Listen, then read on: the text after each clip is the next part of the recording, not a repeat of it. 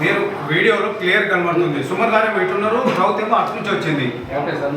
కాంగ్రెస్ వాళ్ళు ఉన్న సైడ్ నుంచి రౌత్ వచ్చింది. కాంగ్రెస్ వాళ్ళే రౌతులేసి ఉల్టా మా మీద మా వాళ్ళు జరిగింది. మా మీద రౌతులేసింది కాంగ్రెస్ వాళ్ళు, కేసులు మీరు పెట్టింది మా మీద.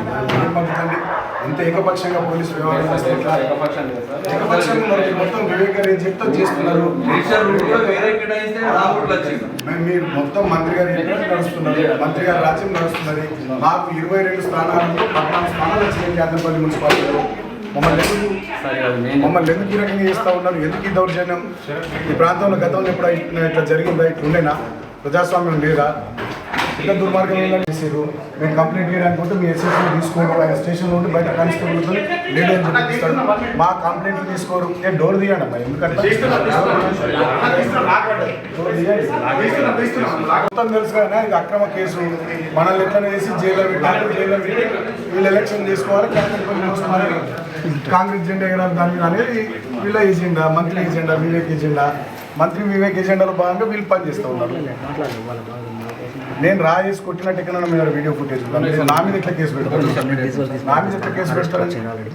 రాళ్ళు వేసింది కాంగ్రెస్ వాళ్ళు, లాఠీ చార్జ్ చేసింది మీరు, దెబ్బలు తాకినాయి మా వాళ్ళకు, ఉల్టా మా మీద కేసులు పెడుతున్నారు. ఇంత అనైతికం, ఇంత దుర్మార్గం. పట్టపగల ప్రజాస్వామ్యాన్ని హత్య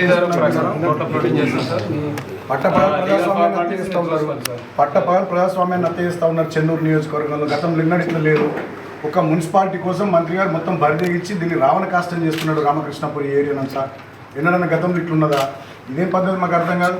మేము కూడా 10 ఏళ్ళు గవర్నమెంట్లో ఉన్నాం, మేము ఇట్లా అనైతికంగా బిహేవ్ చేస్తాం. ఎన్నడన్నా పంచాయతీ ఎన్నికలు కానీ, మున్సిపాలిటీ ఎన్నికలు కానీ, అసెంబ్లీ ఎన్నికలు, పార్లమెంట్ ఎన్నికలు, సింగిల్ విండో ఎన్నికలు, ఏ ఎన్నికలలో మేము ఇట్లున్నామా? ఇదేం పద్ధతి? ఇంత దౌర్జన్యం ఏంది? ఇంత దుర్మార్గం ఏంది? కళ్ళ ముందు కనబడుతున్నాయి కదా సార్. 14 మంది 22లో 14 మంది ఉంటే మెజార్టీ ఉన్నట్టే కదా. అది మీ ఆఫీసర్లు ఎందుకు ఆలోచన, మీ పోలీస్ ఆఫీసర్లు ఎందుకు ఆలోచన చేస్తారు? అట్లా కదండి. మీరు కాంగ్రెస్ వాళ్ళు రాళ్ళు వేసారు, కాంగ్రెస్ వాళ్ళ మీద కేసులు పెట్టిర్రా? కాంగ్రెస్ వాళ్ళు మా కార్యకర్తల మీద దాడి చేశారు, కాంగ్రెస్ వాళ్ళ మీద కేసు పెట్టిర్రా? మీరు ఎందుకు ఏకపక్షంగా వ్యవహరిస్తున్నారు పోలీసులు? మీరు చెప్పండి, మీకు బాధ్యత లేదా? మీకు బాధ్యత మమ్మల్ని ఓనియలే, మా ఎమ్మెల్యే కోలక్ష్మక్కని ఓనియలే, నన్ను ఓనియలే, మంత్రి వివేక్ గారి 5 కార్ల కాన్వాయ్ని మీరే దగ్గర వదిలిపెట్టిర్రు. ఇదేం పద్ధతి అండి మీది? రూలు వాళ్ళకి మాకు సమానం ఉండాలి. పంపకపోతే వాళ్ళని పంపదు, మమ్మల్ని పంపద్దు. పంపితే వాళ్ళని పంపాలి, మమ్మల్ని పంపాలి. ఇంత అనైతికం, ఇంత ప్రజాస్వామికం ఇదేంది అసలు? నాకు అర్థం కాదు. ఇంత దుర్మార్గం ఉంటుందా? బీఆర్ఎస్ కార్యకర్తల మీద ఇవాళ దెబ్బలు తగిలితే పోలీస్ స్టేషన్ పోతే పిటిషన్ తీసుకుంటలేరు మీ పోలీస్ ఆఫీసర్స్. ఎంత అవును. నిన్న మీ ఎస్హెచ్ఓ దగ్గరికి పోయిన రామకృష్ణాపూర్కు మా వాళ్ళు వేరు సుదర్శన్ గౌడ్, మా నాయకులంతా మీ ఎస్హెచ్ఓ లోపలనే ఉన్నాడు, బయట కానిస్టేబుల్ అతను సార్ లేడు, బయటకు పోయిన పని మీద అని చెప్పించి మా వాళ్ళు నిలగొట్టిరు. దుర్మార్గం అంతా అప్రజాస్వామికంగా వ్యవహారం చేస్తూ ఉన్నారు మన రాష్ట్రంలో. ఎక్కడ జరగని రీతిలో ఇవాళ ఇక్కడ ఇంత దుర్మార్గంగా వ్యవహారం చేస్తూ ఉన్నాడు మీ మంత్రి. మరి ఆయనకి ప్రాంత ప్రజలు ఓట్లేసి గెలిపించింది మా ఇళ్లకి వచ్చి మమ్మల్ని అరెస్టులు చేసి జైల్లో పెట్టేందుక, మా మహిళా కౌన్సిలర్లను దౌర్జన్యం చేస్తేందుక, వాళ్ళ ఇళ్లలో ఆడోళ్ళు లేరా? ఈ రకమైనటువంటి అనైతికమైన చర్యలు ఏందని నాకు అర్థం కాదు. వాళ్ళకి 1000 కోట్లు ఉన్నాయి, వాళ్ళకి ఛానళ్ళు, పేపర్లు ఉన్నాయని ఎట్లా పడితే అట్లా చేస్తారా? వాళ్ళ చేతుల అధికారం ఉందని, వాళ్ళ మంత్రులు అని చెప్పి, వాళ్ళ ప్రభుత్వం ఉందని చెప్పి, ప్రభుత్వం వాళ్ళకి శాశ్వతమా? మంత్రి పదవులు వాళ్ళకి శాశ్వతమా? ప్రజాస్వామికంగా ఇచ్చినటువంటి ప్రజా తీర్పును తుంగలో దొక్కడం ఏంది నాకు అర్థం కాదు. 22 వార్డులు 14 వార్డులు మేము గెలిచినాం. గెలిచిన తర్వాత కూడా ఇదేం పద్ధతి? మీరు కాంగ్రెస్ వాళ్ళ మీద ఎందుకు కేసులు పెట్టలేదు చెప్పండి? మా మీద ఎందుకు కేసులు పెట్టి పిటిషన్ ఇవ్వడానికి నేను మా ఊళ్ళు పోతే మీ ఎస్హెచ్ఓ లేడు అని చెప్పి బయటకు వెళ్ళి పంపించారు. మీరేం చేస్తారండి? మొత్తం ఏకపక్షంగా చేస్తారు. వివేక్ మనుషులు అయిపోయారు మీరు. మొత్తం విశాఖ ఇండస్ట్రీస్ కంపెనీలో పనిచేసే ఎంప్లాయీస్ దగ్గర పనిచేస్తున్నారు మీరు అంతా. జిల్లాధికారి యంత్రాంగం మొత్తం, కలెక్టర్ కుమార్ దీపక్ నుంచి మొదలుకొని మీ ఎస్ఐ రామకృష్ణాపూర్ శ్రీధర్ అనిటి దాకా, మీ ఎంఆర్ఓ కూడా గంతే ఉన్నాడు. ప్రతి ఒక్కరు అంతే ఉన్నారు. గింత అన్యాయం ఉంటుందా? గింత దుర్మార్గం ఉంటుందా? మేము చేసిన తప్పేందని, మేము చేసిన అన్యాయం ఏందని చెప్పండి. మేము చేసిన తప్పేం చెప్పండి. అంటే మేము కేంద్రపల్లి మున్సిపాలిటీ గెలవడమే మేము చేసిన తప్ప, ప్రజలు మాకు ఓట్లేయడం ప్రజలు చేసిన తప్ప, ప్రజాస్వామ్యాన్ని ప్రజలు ఇచ్చినటువంటి తీర్పును అపహాస్యం చేస్తారా మంత్రి గారు? ఇదే పద్ధతి. ఇందుకోసం ఆయనకు మంత్రి వచ్చింది. ఇంత దుర్మార్గం ఎక్కడ జరుగుతలేదు. పట్టపగలు ప్రజాస్వామ్యం హత్య చేయబడుతుంది ఇక్కడ. ప్రజలు వాళ్ళకు ఓట్లేసి ఇక్కడ గెలిపించింది, వెంకటస్వామి కుటుంబానికి ఓట్లేసి గెలిపించింది. ఇక్కడ ప్రజలకు ఏదైనా చేయమని, నిరుద్యోగులకు ఉద్యోగాలు వస్తాయనో లేకపోతే ఇంత ప్రజలకు ఇంత సాయం అవుతుందని తప్ప ఇట్లా హరాస్మెంట్ చేయడానికి కాదు సార్.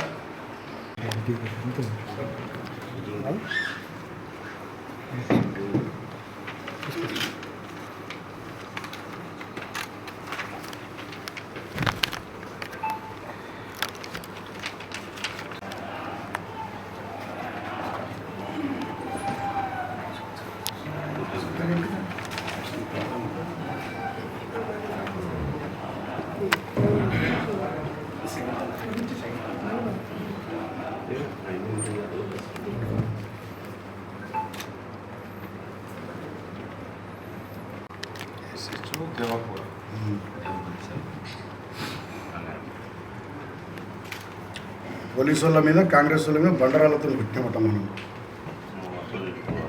అక్కడ బండరాలు లేడున్నాయి అసలు. బండరాలు కాంగ్రెస్ వాళ్ళు దిక్కున్నాయి, వాళ్ళు వేసిన రాళ్ళు సరే. మాకు అర్థమైంది, నన్ను జైల్లో పెట్టాలి, మీ మంత్రి కేతంపల్లి మున్సిపాలిటీలో ఎట్లనే వేసి మా వాళ్ళని బెదిరించో భయపెట్టో ఏదో ఒకటి వేసి అది గెలవాలి అంతే. ఇక అదే కదా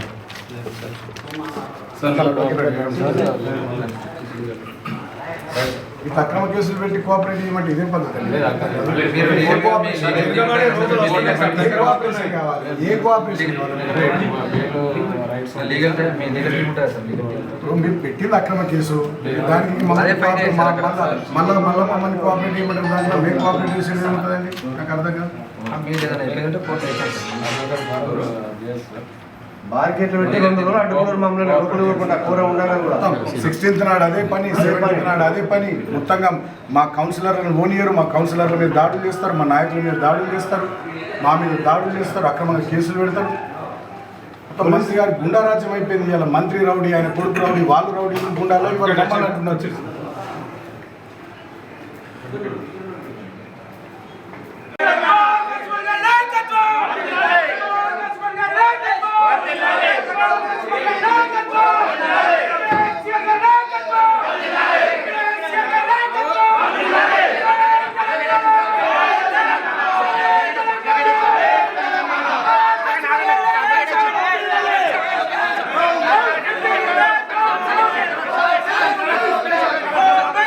జరుగురా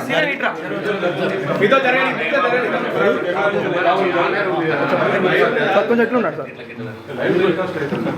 లైవ్ టెలికాస్ట్ అయితే కొంచెం జరగాలి సార్.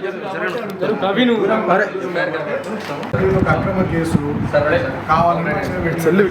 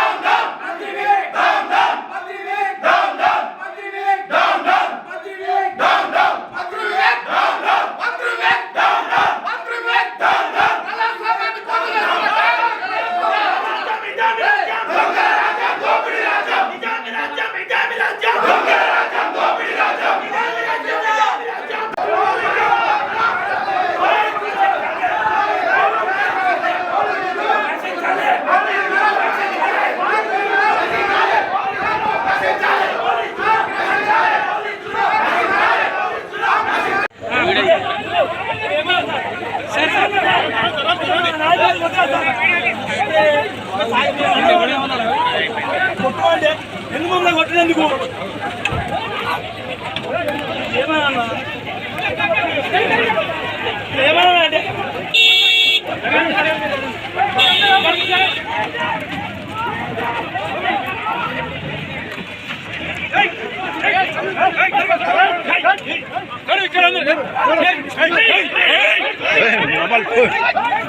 అయ్యో మేము కార్యకర్తలం కాదా మేము ప్రెస్ మా ప్రెస్ దెబ్బ పడితే ఏం లేదు